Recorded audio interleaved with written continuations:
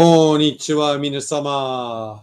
Tokyo Real Estate Man. Yes, another real estate video here from the Tokyo Real Estate Man, navigating you as I navigated the streets of Shibuya in my Volkswagen bus. But we're going to look at some more Japanese real estate here today and the other day on this channel. Don't forget to share your tab. We did a video regarding This is all done in these two tile. sort of houses And sure enough, it's in done in tile right there. Because Niigata, and I think Yuzawa Niigata is the sort of screaming deal of Japanese ski resorts. But today we're going to look at the Niseko resort, which is in Hokkaido. Okay, and by looking at this Niseko resort, I guess I'm getting to the conclusion of this video. It's just going to demonstrate that this Niigata, the Niigata mountain pass and the Niigata houses are the screaming deal if you're a ski bum and you want to live in Japan. Anyhow, let's cut to the chase. Having said that, there's some very beautiful things about Niseko, and then I did a little Instagram search here, and we're able to look at some beautiful pictures here of Niseko in Hokkaido, and you can definitely see that it's a beautiful snowy wonderland here. I guess here's a night picture here of the ski resort. It is a beautiful resort, and I had talked to many people over the years, and they had certainly loved it. Here, there's some of the people enjoying ski hospitality, and it's just very, very, very beautiful. There's no doubt about it. Having said that, this is a real estate channel, and we're always looking for bang for the buck. And one of the ways to stay in Japan, though, is to make sensible moves. And a sensible move is perhaps getting a property. Or if you're a snow person, you want to get a snow property, but you got to find the deals. But this place could be for you as well. Certainly very beautiful here on the Instagram. Anyways, let's move it here, and I'm not going to forget to share my tab. The people who invested in Niseko real estate years and years ago have definitely hit the home run. They've done very well, and there's actually not much supply here in this market at all. The red dots indicate the higher price points in the market, as you can see, and the blue indicate the lower price points. And there's no blue here at all. There's some green and some yellow. And to be honest with you, I'm not really too impressed with much in the market here at all. Here's one. We will briefly look at this. This is for, in Japanese, you'd say, ni oku ni senman, which in the Japanese sense of currency, which is hard for me to translate to you. But what this means is it's $2.2 million for people who work in the Japanese economy. Like, that's what it's equivalent to. If you're coming from the outside, perhaps with the US dollar, you definitely do have a currency advantage on the people in Japan right now. Okay, having said that, we're going to look at this one right here. I think we're going to look at this one right here. And I think I fired this one up as well. We'll look at them all. There's three listings that we'll look at right here. We can go here to the calculator listing right here. So we see that the very top sample in the market is $1.4 million. And I guess given the sort of backdrop of the North American real estate, certainly we looked at a property in Whistler the other day that was $3.2 million. So maybe in a way this isn't all that crazy for you, but there are better deals. And one thing that I always seem to come back on is I generally like to stay in the band. Okay, and my band goes from Narita Airport in the north to about Kobe, just south of Osaka, and the Niigata Shinkansen connects to that band very well. I just like its locality, and maybe the fact that my wife is from that area gives me a little bit of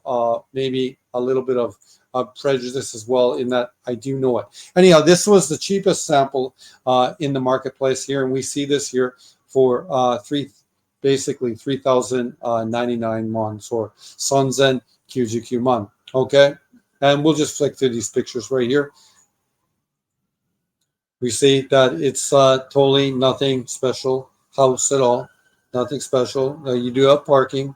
Would be parking, and definitely, I guess there's it's very interesting though because the pockets of land and the lots in Hokkaido are much bigger than you'd find in Honshu.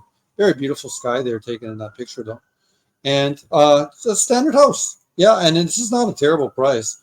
It's not really a terrible. I mean, this is a pretty terrible kitchen, but that's not so hard to redo, or you could just live with that. There's nothing. There's nothing to do here but clean it up and maybe put in a new light fixture if you'd like. Uh, and it looks to have this looks to be a very nice unit bath, and it looks to be laundry hookups right there as well. So yeah, another unit toilet right there, Senmendai, and this is located here in Niseko. So if you're interested in Niseko, there you have a look at the concrete foundations that you find them and a basement, I guess. You'd find them in any of the wintry areas in Japan. They do very good foundation work, as was covered in the video the other day, and I invite you to watch it. Well, as you can see here too, the bottom foundations are very good. So here would be concrete, and then this staircase looks to be steel, and then the structure above here would be wood. Would be wood. Oh my God. Okay, now look here at where the property sits in proximity to the town of Niseko. Here's the sort of town here, and I've never been here to the mountain area of Niseko, and I guess it's right up in here. So this would be right along the road right there, and then we can move it out in here into the property, the details of the property. We have the price right there, Sanzen Kyuju Man, or 3,099 man. Okay, we can see it has it has propane and it has electrical and it has water coming in and water sewage going out. And I want to just make sure that this is ownership built in 1992. The lot size is fairly big, 454 meters. The internal area of the house is 144 meters. Here's the most important. This is important too, but it is ownership, and it says there's no parking, but it seemed to me like there'd be some parking there on a 454 meter lot. I imagine there is somewhere in there. We'd have to clarify that if anyone was interested in purchasing it, of course. Anyhow, that is just a little look at that one right there. I mean, it's a nice house, but it's totally the one that we looked at in the other one the other day. Yeah, this one that we looked here in the video here the other day was a much. You can see it right away in the first shot that it's cheaper house. Its location to the Shinkansen station is closer. It's just on the whole a better house, and this one was in again Yuzawa. Niigata. However, let's stop here though, and I cannot forget to share my tab, and we will go here to the next segment that I wanted to look here in the marketplace, and we'll go to the lead pictures in the listing. And this one here is for 4,500 mon, so it's a little step up. It's a little step up, and again, there it is right there. You have ample parking right there, and a pretty decent driveway, and it looks to be a shed right there as well. Obviously, the house is lived in, kitchen, washrooms. Yeah, it's just a nice house, but it's totally, it's nothing special. There's a few sheds, and it's the realtors, the local realtors here are speaking to the location and everything. Let's look at where the location of this one is. And this is not a really big town. It's a very remote town here in Niseko. And I guess the other one was kind of up this road this way. And it looks to be like, I think the mountain is up here. Yeah, the mountain is up this road up into here. And you're in here in the mountains of Niseko. But you're in basically what is a little town or village. Anyhow, and we'll look at some of the listing details here just briefly. I wanted to do the financial pricing on the cheapest one so people have an idea. Again, 4,500 mon. Everything that's sort of hooked up, everything is sort of working. There's sewage and water and electrical, everything coming into here.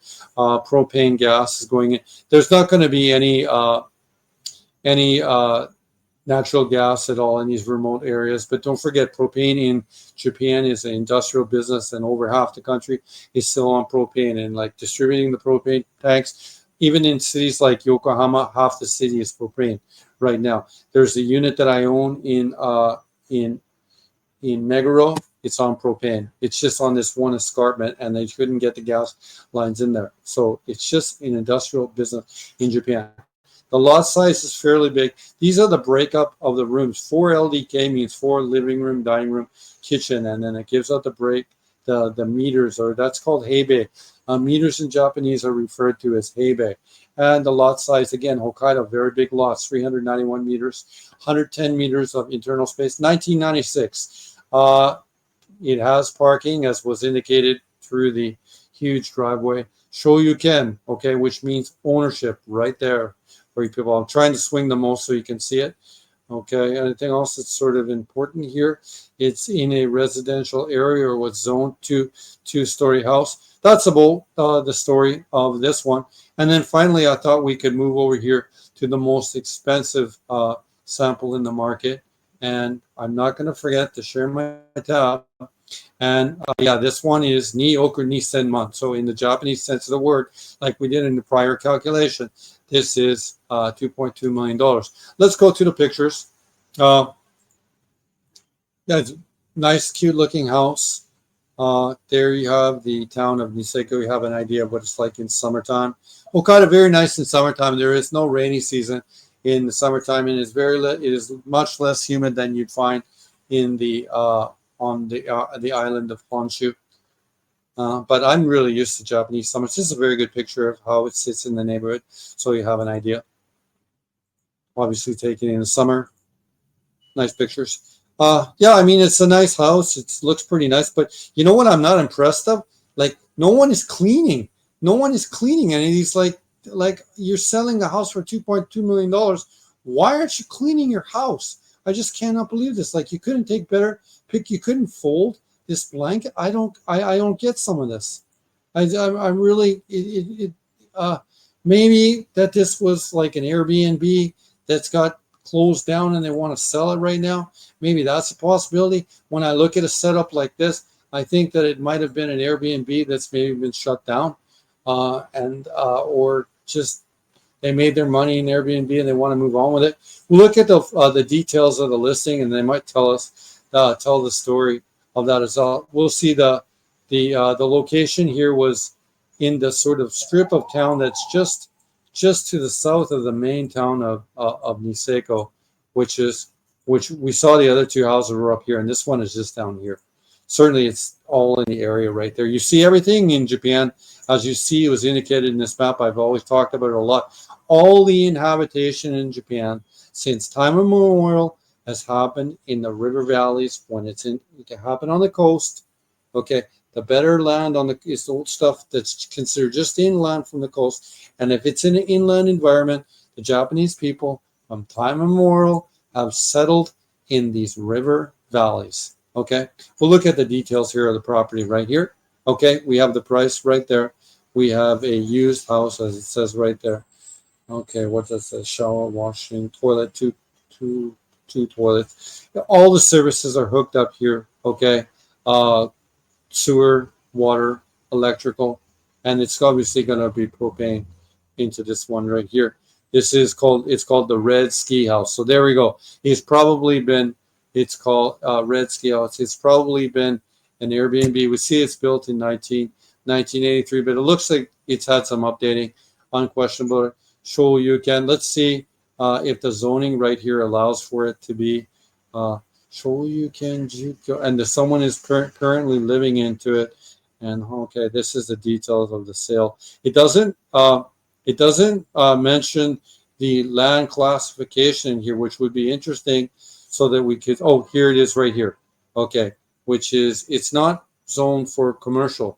So in order to get the Airbnb license or the Minpaku license, it's always easier to pick up properties that are zoned as commercial. Anyway, that's a look at that one. That's really the top end of the market, and we saw that when we looked here in the pricing of it. We saw that this was basically $1.4 million dollars. But we can do a little brief pricing of the other one, $399, and we could see that first. Also, we looked at her for 3,099 won, comes for 200,000 US dollars, and that this is a price that makes a lot more sense. Now, here comes the financial part of this video, which I always, excuse me, everyone, I'm sorry, which I always touch on, and this is for people living in Japan. Now, if you are living in Japan, it is, and working in Japan, and you have good paperwork, I think it is a structural or a tactical mistake, as I always say, for you not to be involved in the housing market or the real estate market and taking advantages of programs like the 35 flat. Okay, this is basically the best loan in the world. Is a 35-year flat loan.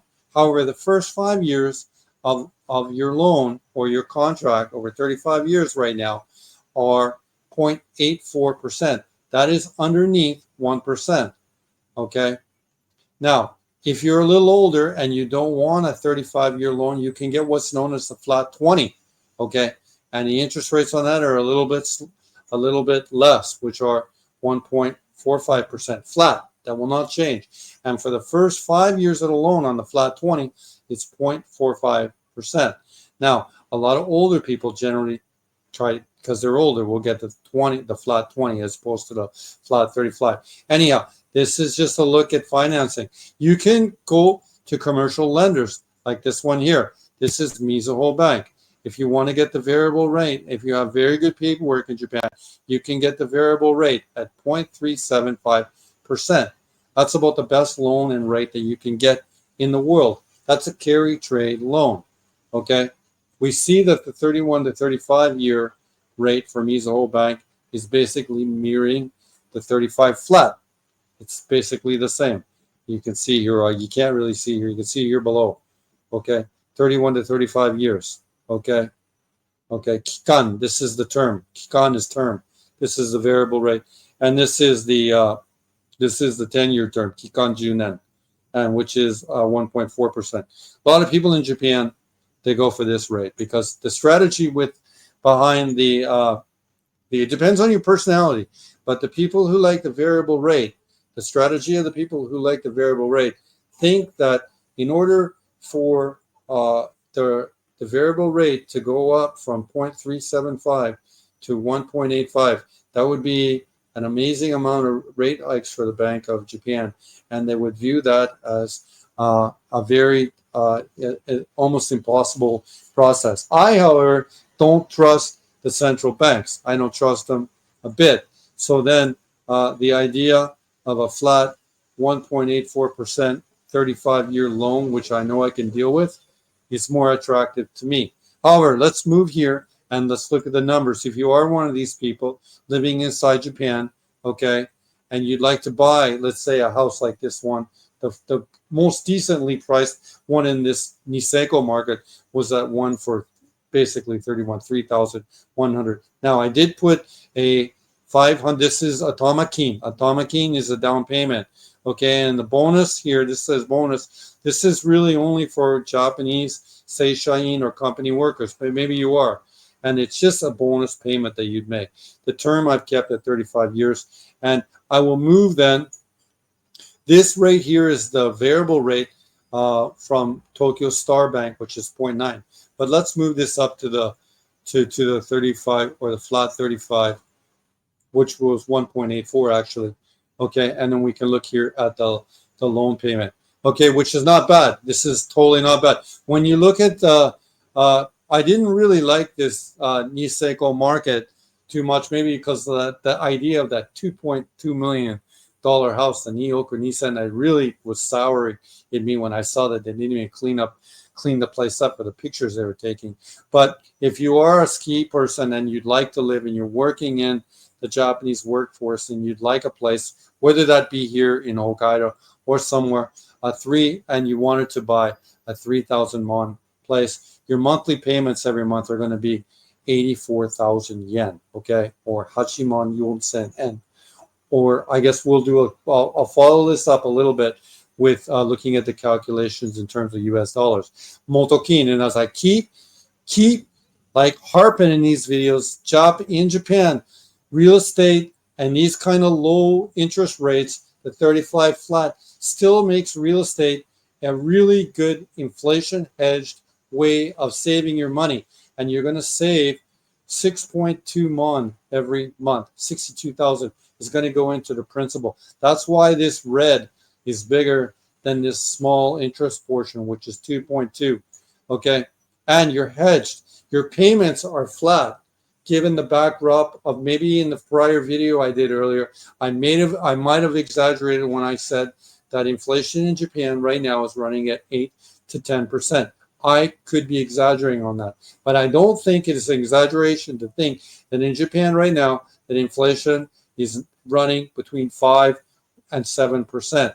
That means this has you hedged. This rate has you stabilized while the inflation happens above it.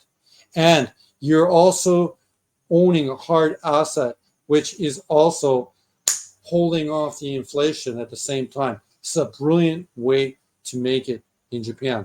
Anyway, we can look at the expenses just briefly. And don't forget, Bruce, to share your tab. Okay, we saw every month that you have to make a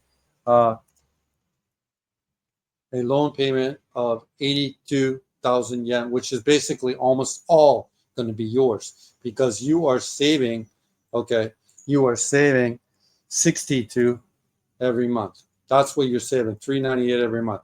And the drag, and what I mean by drag, I try to put everything like this. The drag, the cost of owning we saw was 20,000 yen, but I'm going to make it 30,000 yen, okay? And I'm going to include your property tax in that, which are paid in 4 installments a year. But I'm going to try to smash that together and average it over the month so you have an idea about it. So the drag on you living, if you're working in Japan and you have it financed, is $193 a month. And that's when, in terms of your property tax and in terms of your interest on the loan.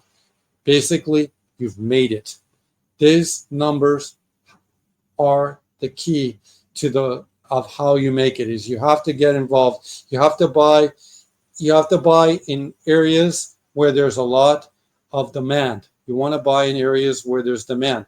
The one little thing that you could say against me with this Yuzawa house is this area in Yuzawa might not have as much demand as areas like Hakuba. But I think it's where the deals are. But there's still good demand because this one property had really great access to the Shinkansen station. So anyway, sort of an overlook here. It was good to come here today and look at some more properties here as ski season comes into play here in the Northern Hemisphere and have a look at here in the Niseko market. I happen to think that the deal is not in Niseko, but the deal is, yes, in Niigata. Now, should you have any questions, I invite people to, there's the Tokyo Real Estate Man driving my van, but this is also my Instagram, Tokyo Real Estate Man. And I invite people to follow it right there, thumb through some of those interesting pictures. Failing that, if you're not a big person with social media, I get it. You can always come here to my website, Tokyo Real Estate Man, and send me an email to my brucemccullough@yahoo.com email, or we have a contact sheet as well. Anyway, another video here by the Tokyo Real Estate Man, looking at an interesting market of Niseko in Hokkaido. Happy to bring another video to you. ありがとうございます。すいません。